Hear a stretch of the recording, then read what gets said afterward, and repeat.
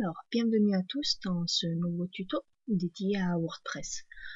Alors, aujourd'hui, on va expliquer un petit peu qu'est-ce que c'est WordPress et on va parler de ses qualités et ses défauts, de son installation et de son administration. Alors, qu'est-ce que c'est WordPress? WordPress est un système de gestion de contenu, donc c'est un CMS, c'est-à-dire en anglais Community Management System. Qui est sous licence New GPL, écrit en PHP et MySQL et distribué par Automatic. Alors, WordPress s'est fait connaître comme moteur de blog, mais ses fonctionnalités lui permettent de gérer de gros sites internet. Donc aujourd'hui, le CMS recense 72 millions d'utilisateurs dans le monde entier. Il génère plus de 10 millions de pages vues par jour et voit la création de 300 nouveaux sites quotidiennement, ce qui est énorme. Il gagne en 2007 l'Open Source CMS Awards, donc le concours du meilleur CMS, et en 2009 le prix du meilleur CMS Open Source. Alors, on peut aussi l'utiliser comme un réseau social grâce au plugin BuddyPress. Alors, la licence New GPL, qu'est-ce que c'est? Alors, c'est un New, ça veut dire en anglais New Not Unix, c'est-à-dire New n'est pas Unix. Et GPL, c'est General Public License, traduit par licence publique générale. Cette licence permet d'avoir la liberté d'exécuter le logiciel pour n'importe quel usage, d'avoir la liberté d'étudier le fonctionnement et l'adapter à ses besoins, donc à accès au code source, d'avoir la liberté de redistribuer des copies, d'avoir l'obligation de bénéficier à la communauté des versions modifiées et destinées à un usage personnel. D'ailleurs, la licence New GPL ne garantit pas pour autant la gratuité. On peut trouver des thèmes ou des plugins payants, comme par exemple Visual Composer, Evolution Slider ou bien Gravity Forms.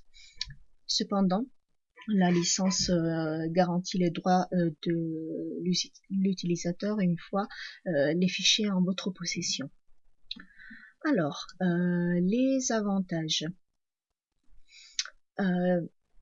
Donc, WordPress est un CMS, donc un système de gestion de contenu. Il bénéficie d'une structure modulable. On le considère donc comme une coquille vide à laquelle on greffe des thèmes en changeant l'apparence du site, ainsi que les extensions lui ajoutant des fonctionnalités, par exemple le fil d'Ariane, le réseau social ou le forum ou un diaporama. Donc c'est parfait pour les développeurs et les web designers. Vous avez connu sûrement ce CMS et vous vous êtes rendu compte qu'il est unique. Donc grâce à ce CMS, on peut créer un thème ou des plugins très facilement. Alors, c'est un style aussi facile à prendre en main et très intuitif grâce à des fonctionnalités faites en Ajax. Donc, par exemple, si vous voulez le drag and drop qu'on trouve dans les widgets, le menu, les extensions, et il a aussi une administration très simple.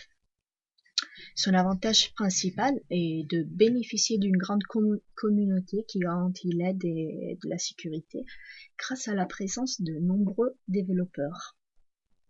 Alors, les inconvénients. Malheureusement, WordPress gère mal les sites e-commerce, malgré certaines extensions de qualité comme WooCommerce. WordPress aussi peut ralentir l'affichage d'un site si on installe trop d'extensions et si un thème est mal codé, ou bien encore si les images sont trop lourdes.